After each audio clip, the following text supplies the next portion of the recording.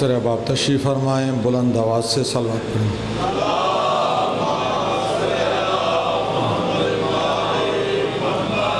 اعوذ باللہ من الشیطان اللعین الرجیم، بسم اللہ الرحمن الرحیم۔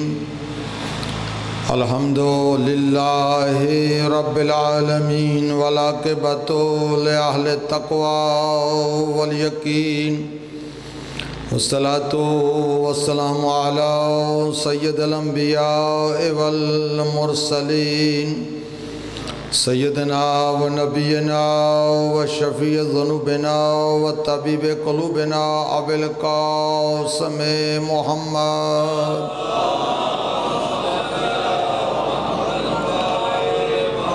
و آلہ الطیبین الطاہرین المعصومین الذین اذهب اللہ عنہم الرجس وطہرہم تطہیرا۔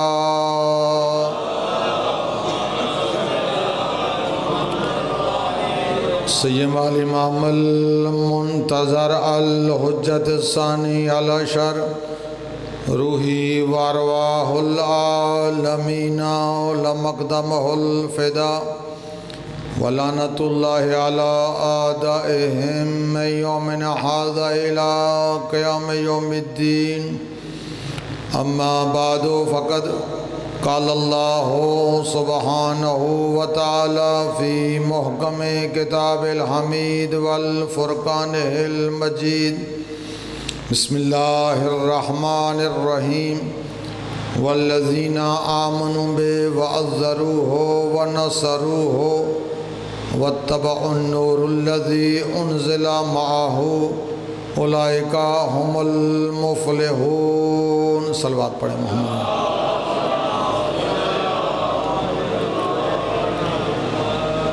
دعا گو ہوں پروردگار عالم بانیان مجلس کی توفیقات خیر میں اضافہ فرمائے، جس سید بزرگوار کے روح پرفتو کو شاد کرنے کے لیے مظلوم کربلا کے ذکر کا اہتمام کیا گیا، اس مرحوم مغفور کو پروردگار عالم جوار معصومین بالاخص جوار مظلوم کربلا میں جگہ برآمد فرمائے، ان کے لواحقین پسماندگان کو باقیات و صالحات میں قرار فرمائے، اور آپ جتنے چل کر آئے ہیں آپ سب کا چل کر آنا پروردگار عالم اپنی بارگاہ اہل بیت نبوہ میں منظور و مقبول فرمائے۔ آقا مولا امام زمان علیہ السلام کے ظہور میں تعجیل فرمائے، ہم سب کو امام زمان کے نوکروں چاکروں میں شمار فرمائے، جتنے علماء ذاکرین نے خطاب فرمایا ہے اور میرے بعد خطاب فرمائیں گے، پروردگار عالم سب کی حفاظت فرمائے۔ قائد ملت جعفریہ پاکستان آغا حامد الموسوی النجفی قدس سر کے درجات عالی ان کو متعالی فرمائے، اور جتنے علماء حقہ ہیں ولایت اور عزداری، حرمت سادات، احترام مرجعیت اور وابستگی و مرکزیت کے حوالے سے ایک بہترین کردار ادا کر رہے ہیں، پروردگار عالم سب کی حفاظت فرمائے۔ اس علاقہ کے عظیم عزدار اور ہمارے مختار فور کے سرپرست بابا سید عباد الحسین شاہ، جن کا بہت بڑا کردار ہے عزداری کے فروغ کے لیے، مکتب اہل بیت کے لیے، پروردگار عالم ان کو طولانی زندگی مرحمت فرمائے اور صحت و سلامتی سے ہمکنار فرمائے۔ اب جو حاجات شریعہ لے کر آئے ہیں سب کے حاجات کو پورا فرمائے۔ بلندی درجات مرحوم مغفور کے لیے بلند تر صلوات پڑھیں۔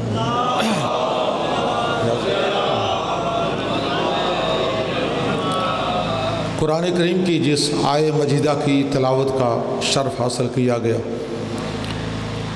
پروردگار عالم نے اس آیت میں صاحبان نجات کے شرائط کا تذکرہ فرمایا۔ بروز قیامت، بروز محشر کس کو کامیابی ہوگی، کس کے لیے کامرانی ہوگی، کون صاحب نجات ہوگا، کون صاحب بخشش ہوگا۔ والذین آمنوا بہ، وہ شخص کامیاب و کامران ہوگا جو ایمان لانے والا ہوگا۔ ایمان اولین شرط ہے کامیابی و کامرانی کی۔ وَأَزَّرُوهُ ایمان کے ساتھ تعظیم اور عزت شرط ہے۔ فَلِلَّهِ الْعِزَّةُ وَلِلرَّسُولِ وَلِلْمُؤْمِنِينَ کس کی عزت ہے؟ اللہ کی عزت ہے، اس کے رسول کی عزت ہے، مؤمنین اہل بیت نبوہ کی عزت ہے۔ وَنَصَرُوهُ ایمان اور تعظیم کے بعد تیسری شرط نصرت ہے، تم نے مدد کرنی ہے۔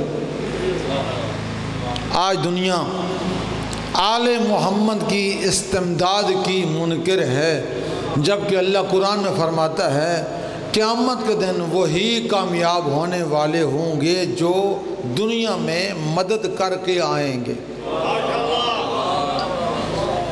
وَاتَّبَعُوا النُّورَ الَّذِي أُنزِلَ مَعَهُ پھر اس نور کا اتباع کرنے والے ہوں گے جس نور کو ہم نے اپنے نبی کے ساتھ نازل کیا۔ اولئک هم المفلحون یہی وہ لوگ ہیں جو کامیاب ہیں، کامران ہیں، صاحبان نجات ہیں، صاحبان بخشش ہیں۔ چار شرائط کا اللہ نے تذکرہ کیا۔ ہمارے ساتھ تحریک نفاذ فقہ جعفریہ کے نمائندہ وفد جس میں علامہ شبیل حسن کاظمی، علامہ کاظم رضا کاظمی اور سید جابر حسین نقوی، راجہ ذوالفقار حسین جو ایڈیشنل ہمارے جو سیاسی پولیٹیکل سیل ہے اس کے چیئرمین ہیں، اور دیگر ہمارے تاریخ کے بزرگ شخصیات سردار عبادت صاحب اس علاقہ کے موجود ہیں، تشریف فرما ہیں۔ آپ سارے کے سارے قابل احترام صاحبان عزت و وقار تشریف فرما ہیں۔ ہم سب کی خواہش ہے کہ ہم بروز قیامت کامیاب ہوں، کامران ہوں۔ ہر مسلمان کی یہ خواہش ہے کہ وہ کامیاب و کامران ہو، لیکن میری اور آپ کی خواہش سے ہمیں کامیابی نہیں ملے گی۔ کامیابی اس سے ملے گی جو شرائط اللہ نے قرآن میں رکھی ہیں ان پر پورا اترے گا۔ ایمان لے کر آئے، کس پر ایمان لے کر آئے؟ اللہ پر ایمان لے کر آئے، اس کی توحید پر ایمان لے کر آئے۔ وہ ایک ہے، احد ہے، صمد ہے، لم یلد ہے، لم یولد ہے، ولم یکن لہ کفوا احد ہے۔ عقیدہ توحید رکھتا ہو، ایمان میں اولین شرط عقیدہ توحید ہے۔ خدا کو ایک مانے، احد مانے، صمد مانے، بکل شین قدیر مانے، بکل شین خبیر مانے، بکل شین بصیر مانے، واجب الوجود مانے، معطی الوجود مانے، کائنات کا خالق مانے، مالک مانے، الہ مانے۔ وہ الہ الخلق ہے، وہ رب العالمین ہے، وہ خالق ہے، ہم اس کی مخلوق ہیں، وہ مالک ہے، ہم اس کے مملوک ہیں، وہ رازق ہے، ہم اس کے مرزوق ہیں، وہ حی ہے، ہم ممات ہیں۔ لیکن اس حی القیوم نے ہم سب کے لیے یہ ضروری قرار دیا، میں حی القیوم ہوں، تم حی ممات ہو، تمہارے پاس بھی حیات ہے، میری دی ہوئی حیات ہے۔ اگر تم چاہتے ہو کہ تمہاری حیات میں کوئی نقص نہ ہو، تمہاری حیات میں کوئی عیب نہ ہو، تم اس دنیا سے اس دنیا میں جب منتقل ہو، صرف تمہاری رحلت ہو، تمہارا انتقال ہو اور وہ موت شہادت والی موت ہو، پھر اللہ نے کیا فرمایا؟ اللہ ماتا اللہ حب آل محمد ماتا شہیدہ۔ تم اپنے قلوب میں، اپنے ایمان میں آل محمد کی محبت اور مودت کو اپنا لو۔ ان کی محبت اور مودت میں ایسا جوہر ہے کہ یہ تمہیں مرنے نہیں دیں گے۔ جب تمہیں موت آئے گی، تمہاری موت شہادت کی موت ہوگی، اور جب تم شہید ہو کر برزخ کی دنیا میں جاؤ گے وہاں بھی زندہ رہو گے، عالم آخرت میں آؤ گے وہاں بھی زندہ رہو گے۔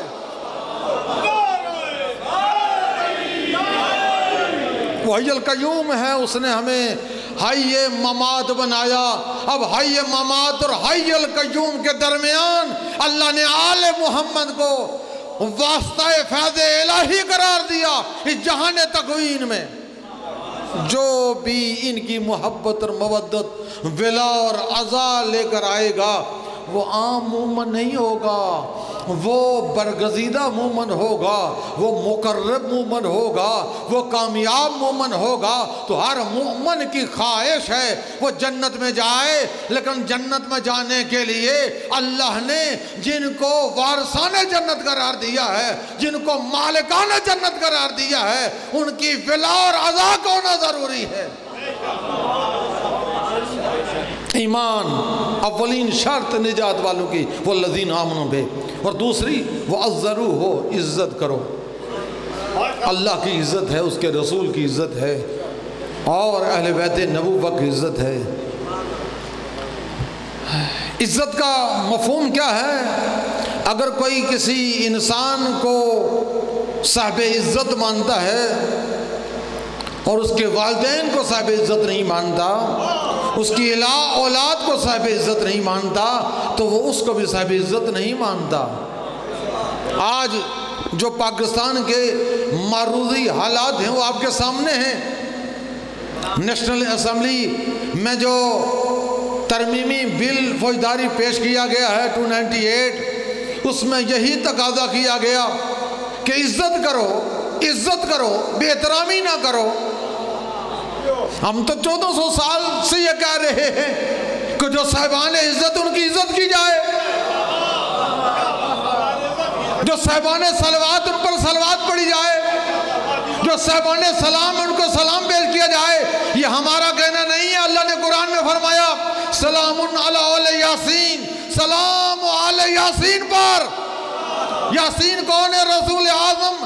آل یاسین کون ہے؟ اہل بیت نبوہ۔ تو اللہ قرآن میں کہہ رہا ہے سلام علی آل یاسین، سلام آل یاسین پر۔ بھائی جن پر اللہ سلام بھیجے وہ علیہ السلام ہوتے ہیں۔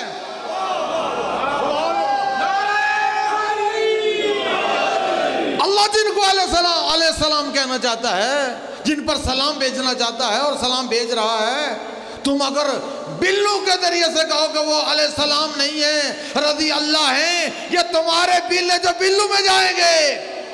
ہمارے لیے قرآن ایک ضابط حیات ہے جو قیامت تک کے لیے ہے، اور قرآن کی آیات کی موجودگی میں اور رسول کی سیرت کی موجودگی میں ہمارے لیے اس سے بڑھ کر کچھ نہیں۔ ہم تو شروع سے کہہ رہے ہیں مشاہیر اسلام کا احترام واجب ہے۔ اللہ بھی صاحبان نجات کی شرائط بیان کرتے ہوئے کہہ رہا ہے اسے جنت ملے گی جو عزت والا ہوگا، جو عزت کرنے والا ہوگا۔ اب اگر کوئی رسول کی عزت کرے اور رسول کے والدین کو کافر سمجھے، وہ خود بے عزت ہے اور بے عزت ہو کر جہنم میں جائے گا۔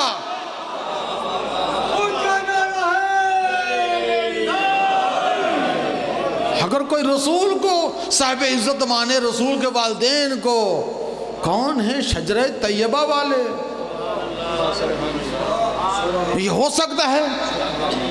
یعنی تمہاری تاریخ بل پیش کرنے والوں کی اہم ترین کتب میں یہ بات مرغوم ہے، کوئی ایک کتاب نہیں ہے۔ 20 کتابیں ہم بطور حوالہ پیش کر سکتے ہیں مکتب تشیع کے جید علماء، ایک کتاب نہیں ہے جن میں تم نے لکھا کہ رسول خدا کے والدین کافر۔ اللہ عزت کا تقاضا کر رہا ہے، عزت کرو۔ جنت میں وہی جائیں گے جو عزت والے ہوں گے۔ قرآن کریم میں حضرت موسیٰ علیہ السلام کون ہیں؟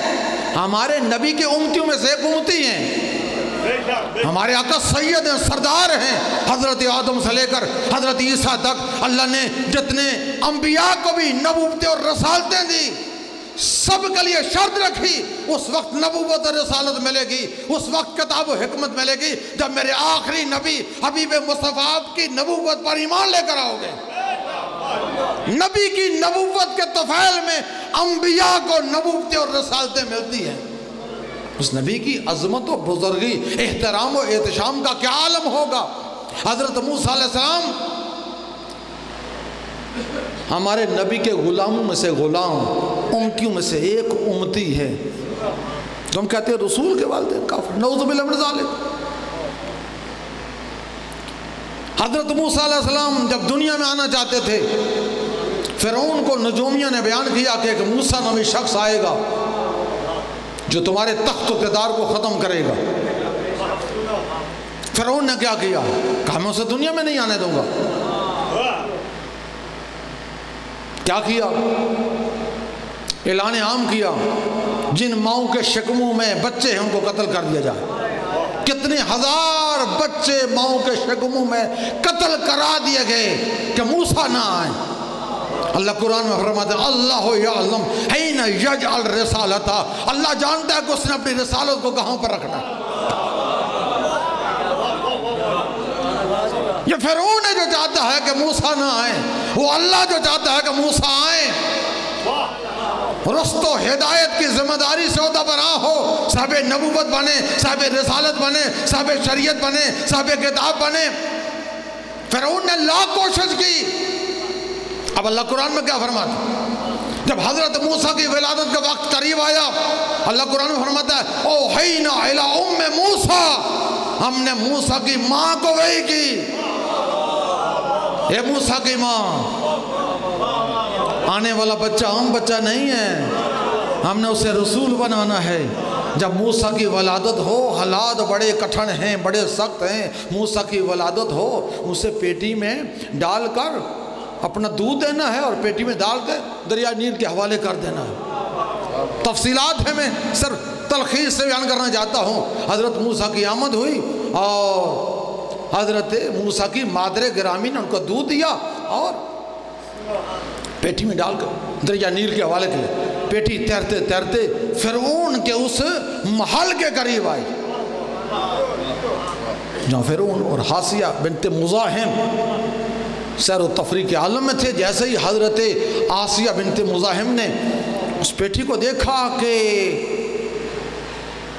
اس پیٹی سے ایک نور ساطع ہے جو آسمان کی طرف جا رہا ہے۔ آسیہ بنت مزاحم کی نظریں دیکھ رہی تھی، فرعون نہیں دیکھ سکتا تھا۔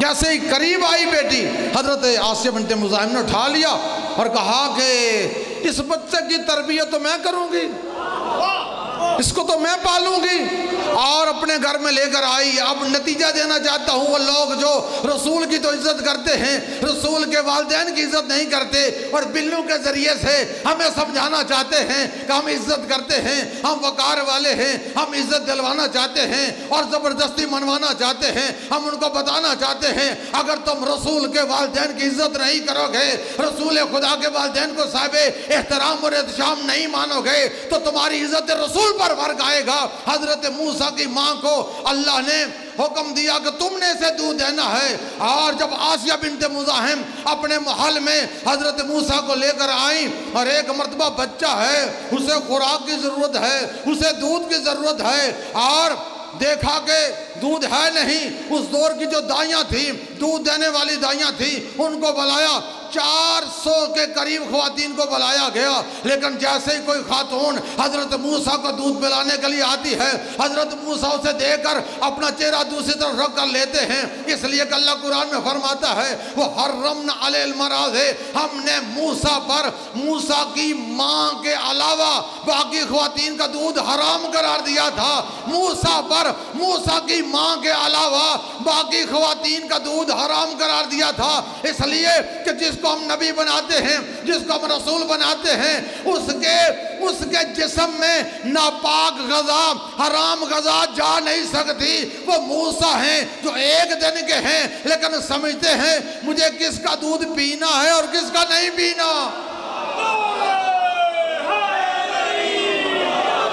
میرے لیے کون سا دودھ حلال ہے اور کون سا دودھ حرام ہے، اس لیے کہ اللہ نے قرآن میں فرما دیا حرمنا علی المراضع، ہم نے موسیٰ پر حرام قرار دے دیا۔ کسی کافرہ اور مشرکہ عورت کا دودھ موسیٰ آپ نہیں پی سکتے۔ ارے جب اللہ کی غیرت الہیہ یہ گوارا نہیں کر سکتی کہ ہمارے موسیٰ کو کوئی کافرہ اور مشرکہ عورت دودھ پلائے، میرے موسیٰ کی رگوں میں چلنے والا خون کسی کافرہ اور مشرکہ عورت کا مرہون منت ہو، تو اللہ عادل نے جس موسیٰ کو رسول کا غلام قرار دیا، جب اللہ عادل غلام کے متعلق گوارا نہیں کرتا تو نبی کے متعلق کیسے گوارا کرے گا؟ وہ کافرین کیا تربیت پاتے رہے اور کافرین کے ہاں دودھ پیتے رہے۔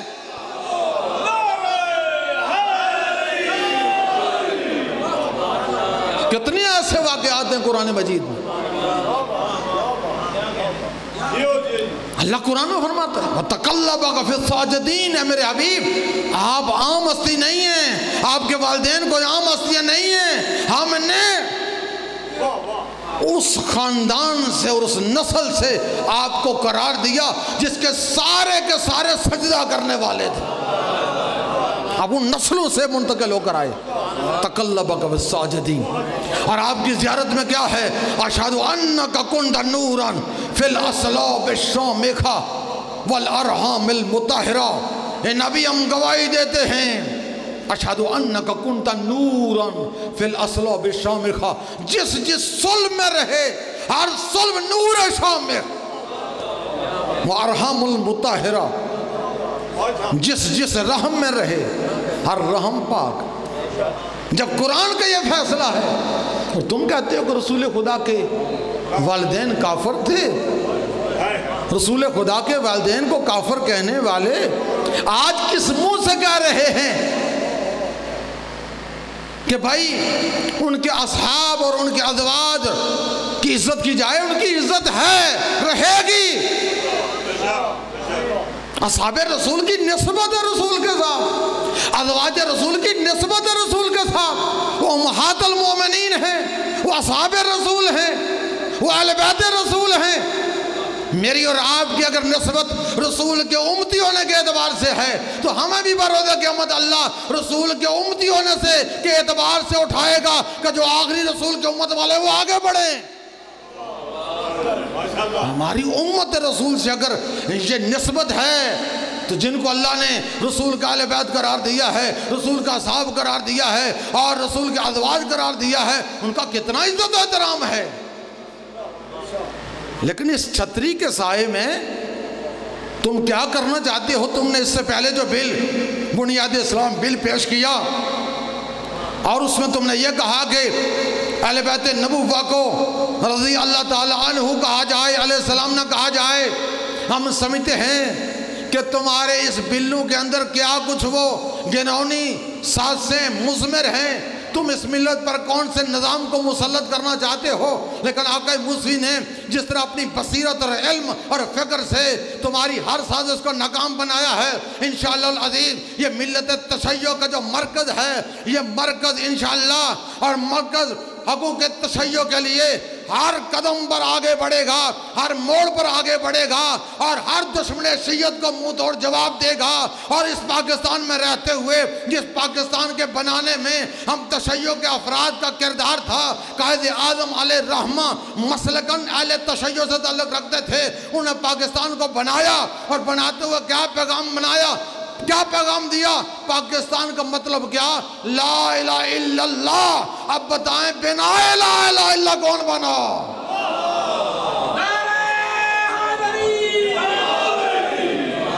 پاکستان کے بنانے والے ہیں. یہ جو فرقہ وارانہ تنظیمیں ہیں جن کو گورنمنٹ نے کالعدم قرار دیا، ان کی ان سازشوں سے نہ یہ ملک تقسیم ہو سکتا ہے، نہ فرقہ وارانہ سٹیٹ بن سکتا ہے. اس لیے کہ سنی شیعہ برادران اتفاق اتحاد یکجہتی سے ہر دشمن پاکستان، ہر دشمن اسلام اور ہر دشمن مشاہیر اسلام کی سازش کو ناکام بنائیں گے. جو صاحبان عزت ہیں ان کی عزت ہے، مسلم بے ہے. صاحبان عزت کے لیے بلوں کی ضرورت نہیں ہے، عقیدے کا پختہ ہونا ضروری ہے، کردار کا صالح ہونا ضروری ہے، شجرے کا طیب ہونا ضروری ہے. اللہ نے جن کو اہل بیت نبوہ قرار دیا ان پر سلام بھیجا، ان پر صلوات بھیجی. وہ صلوات اللہ علیہم اجمعین، جن پر اللہ صلوات بھیجتا ہے. یہ آیت صلوات ان اللہ و ملائکتہ یصلون علی النبی مشہور و معروف ہے. آپ کے بچہ کو یاد، میں اللہ اور میرا رسول، میرے ملائکہ، ان اللہ و ملائکتہ، میں اللہ اور میرے ملائکہ یصلون علی النبی، صلوات بھیجتے ہیں اور بھیجتے رہیں گے. یصلون فعل مضارع کا صیغہ، بھیجتے رہیں گے. یا ایھا الذین آمنوا، اے ایمان لانے والو، صلو علیہ وسلم، اس طرح درود بھیج، صلوات بھیجیں. تمام سنی شیعہ مفسرین نے اس آیا کی تفسیر میں بالاتفاق لکھا یہ آیت صلوات ہے، اور جب یہ آیت نازل ہوئی نبی معظم نے اصحاب کو جمع کیا اور فرمایا علیکم الصلاۃ، تم پر صلوات ضروری ہو گئی۔ صحابہ کرام نے پوچھا یا رسول اللہ کیف نصلی علیکم، ہم کس طرح پر صلوات بھیجیں؟ نبی معظم جو قیامت تک کا علم رکھتے تھے، جانتے تھے کہ بعد میں صلوات کو بھی خراب کیا جائے گا، سرکار نے فرمایا لا تصلوا علی صلاۃ الفطرہ، اگر مجھ پر صلوات بھیجنی ہے تو صلاۃ الفطرہ نہ بھیجنا۔ صحابہ نے پوچھا یا رسول اللہ ما هو صلاۃ الفطرہ، یہ صلاۃ فطرہ کیا ہے؟ کہا دم کٹی صلوات۔ کہا تم کٹی صلوات کیا ہے؟ کہا تصلوا علیہ ولا تصلوا علی بیتی، مجھ پر صلوات بھیجو، میرے اہل بیت پر صلوات نہ بھیجو، یہ صلاۃ الفطرہ ہے، تم کٹی صلوات ہے جس کو نہ میں قبول کرتا ہوں نہ میرا خالق قبول کرتا ہے۔ اب انصاف سے بتائیں، ایک ہیں جن پر صلوات پڑھی جاتی ہے، ایک ہیں وہ جو پڑھنے والے۔ بس آخری بات آپ کے سامنے تمام، بہت سارے علماء ذاکرین موجود ہیں، سب کو وقت دینا ہے، موسم بھی ٹھیک نہیں۔ ایک صلوات پڑھنے والے، ایک وہ جن پر پڑھی جاتی ہے، برابر ہو سکتے ہیں؟ صلوات پڑھنے والے اور جن پر پڑھی جاتی ہے دونوں ایک جیسے نہیں ہو سکتے۔ اور یہ کون ہے اہل بیت نبوہ؟ اللہ قرآن میں کہتا ہے لا تشرک بعبادت احدا، میری عبادت میں کسی کو شریک نہ کرنا۔ آپ جتنی عبادات کر رہے ہیں، اہم ترین عبادت نماز، اب نماز میں صرف اللہ کا ذکر ہونا چاہیے تھا نا، لیکن اللہ نے اپنی نماز میں کیا فرمایا؟ تمام سنی شیعہ برادران نے بالاتفاق لکھا نماز کے جو ارکان ہیں 11 واجبات ہیں، 5 رکن ہیں، 6 غیر رکن ہیں، کچھ واجبات ہیں، کچھ محرمات ہیں، کچھ مستحبات ہیں، کچھ مکروہات ہیں، تفصیلات ہیں۔ وہ جو 11 واجبات ہیں ان میں ایک واجب تشہد ہے، یعنی نیت ہے، تکبیر احرام ہے، قیام ہے، قرات ہے، رکوع ہے، سجود ہے، تشہد ہے، سلام ہے، ترتیب ہے، موالات ہے، 11 واجبات ہیں، ان میں سے ایک تشہد ہے۔ تشہد کہنی اللہ کی وحدانیت کی گواہی دینی، اشہد ان لا الہ الا اللہ وحدہ لا شریک لہ۔ نماز تو مکمل ہو جانا چاہیے تھی، نماز اللہ کی عبادت ہے، اللہ کی عبادت میں کوئی شریک نہیں ہو سکتا، تو نماز میں تو صرف اللہ کی گواہی پر نماز مکمل ہو جانی۔ لیکن جتنے مکاتب اسلام ہیں، جتنے نماز پڑھنے والے ہیں، سنی شیعہ ہیں، سب سے پوچھیں اگر آپ تشہد نماز میں صرف اشہد ان لا الہ الا اللہ وحدہ لا شریک لہ کہیں اور نماز کو مکمل کر دیں، نماز ہوگی؟ کہیں کہ نماز مکمل نہیں، نماز باطل ہوگی۔ نماز اس وقت تک مکمل نہیں ہو سکتی جب تک اشہد ان لا الہ الا اللہ کے ساتھ اشہد ان محمد عبدہ و رسولہ نہ کہیں۔ آپ یہ بتائیں اللہ کی عبادت میں یہ رسول کہاں سے آ گئے؟ بھائی رسول اللہ تو نہیں ہے نا، وہ تو اس کے عبد ہیں۔ اشہد ان محمد عبدہ و رسولہ، وہ عبد ہیں اور اس کے رسول ہیں۔ اللہ کی نماز میں رسول آ گئے، پھر یہاں تک بھی نہیں ہے، بات آگے ہے، بات آگے ہے۔ جتنے مسلمین ہیں سب کا یہ کہنا ہے اشہد ان لا الہ الا اللہ وحدہ لا شریک لہ اشہد ان محمد عبدہ رسولہ، کیا کر اب نماز کو مکمل کر لیں۔ نماز مکمل ہے جب تک کہ رسول کی رسالت کی گواہی پر آپ محمد و آل محمد پر درود نہ پڑھیں، صلوات نہ پڑھیں۔ یہ تشہد میں صلوات پڑھنا ہر مسلمان پر واجب ہے، رکوع سجود میں مستحب ہے، تشہد میں واجب ہے۔ اور امام شافعی جو ایک مکتب کے بانی ہیں، انہوں نے اسی بات پر ایک عجیب شعر کہا کہ اہل بیت نبوہ کائنات میں کوئی نہیں جو آپ جیسا ہو۔ یہ اہل بیت نبوہ حبکم فرض من اللہ فی القرآن انزلہ کفاکم من عظیم الفخر انکم من لم یصل علیکم لا صلاۃ لہ۔ اہل بیت نبوہ آپ کے لیے اس سے بڑا مقام افتخار کیا ہوگا؟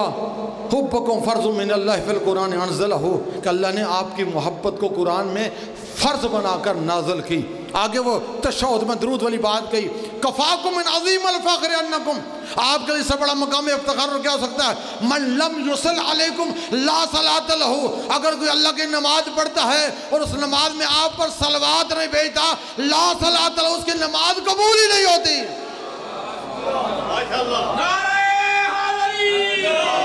ایک صلوات پڑھنے والے، ایک وہ جن پر پڑھی جاتی ہے، عام حالات میں بھی مستحب ہے، اور نماز کی تشہد میں جن پر صلوات بھیجنا واجب ہے۔ اب بتائیں اصحابہ کرام پڑھتے تھے نہیں پڑھتے تھے؟ پڑھتے تھے۔ کن پر پڑھتے تھے؟ اہل بیت پر پڑھتے تھے۔ تو جن پر پڑھی جا رہی ہے، جو پڑھنے والے ایک جیسے نہیں ہو سکتے۔ هل يستوي الذين يعلمون والذين لا يعلمون، اللہ قرآن میں فرماتا ہے کیا وہ جو جاننے والے ہیں اور وہ جو نہیں جاننے والے، وہ جو عالم ہیں اور وہ جو جاہل ایک جیسے ہیں؟ کیا ظلمات اور نور ایک جیسے ہیں؟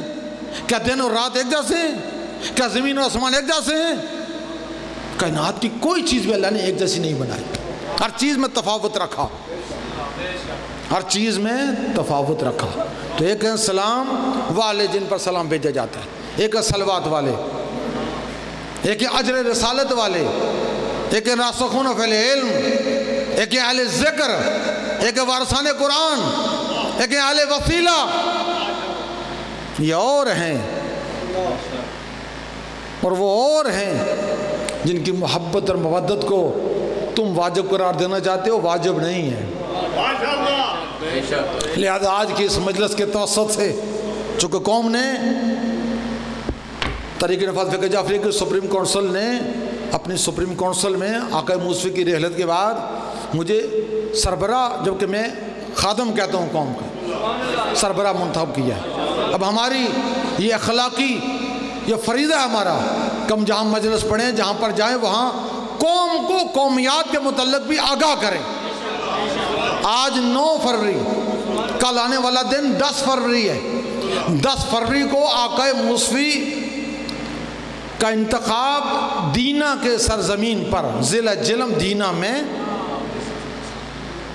5 لاکھ افراد میں آپ کی قیادت کا اعلان کیا گیا،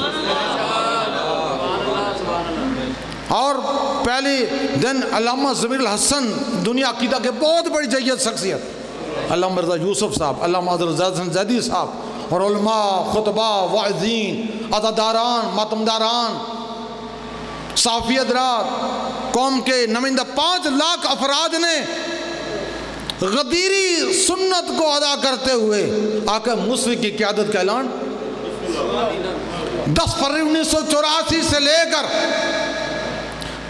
25 جولائی 2022 تک آقا موصوفی نے اس قوم کی قیادت کی، اس قوم کو افراط و تفریط سے بچایا، اس قوم کو غلط عقائد سے بچایا، اس قوم کو بکنے اور جھکنے سے بچایا، اس ابا و قبا کے تشخص کو بلند کیا۔ بے نظیر جیسی ہستی جب علی مسجد میں آئی تو آقا موصوفی نے ملاقات کرنے سے انکار کر دیا کہ یہ ائمہ کا یہ لباس اس بات کا متقاضی نہیں کہ میں نامحرم سے بات کروں۔ حقوق تشیع پر جب بھی حملہ کیا گیا، ہر موڑ پر آقا موصوفی نے آگے بڑھ کر اس کا دفاع کیا، وہ کردار ادا کرتے ہوئے آج بارگاہ معصومین میں موجود ہے۔ ان کے بعد ہمیں یہ طریق نفاذ فقہ جعفریہ کے آئین میں جو بات شامل ہے کہ سپریم کونسل کسی علمی شخصیت کو سربراہ بنائے گی، تو ہمارا ایک اخلاقی فریضہ ہم کو متوجہ کریں۔ اور کل 10 فروری آنے والا دن جو ہے علی مسجد میں یوم تجدید عہد منایا جائے گا، کہ ہم انہی خطوط اور انہی نقوش پر ہیں جو آقا موصوفی نے چھوڑے، اس عقیدہ پر ہیں جو آقا موصوفی نے چھوڑے۔ ہمارا اس فرض سے کوئی تعلق نہیں ہوگا جو ملت سے خیانت کرے گا، آئین سے خیانت کرے گا، آقا موصوفی کے اس دیے ہوئے اس اسوہ اور روش کا مخالف ہوگا، مکتب تشیع کے افراد کو اس سے کوئی تعلق نہیں۔ انشاءاللہ امانت و دیانت کے ساتھ اس سلسلے کو آگے بڑھائیں گے، اور انشاءاللہ ملت کے حقوق کے لیے، تشیع کو مجتمع کرنے کے لیے عقیدہ ولا اور عزا، حرمت سادات، احترام مرجعیت اور وابستگی مرکزیت جو رہنما اصول آقا موصوفی نے دیے ہیں، ان کو سامنے رکھتے ہوئے انشاءاللہ کوشش کریں گے کہ بہترین کردار ادا ہو تاکہ ہم بارگاہ امام زمان میں سرخرو ہو سکیں۔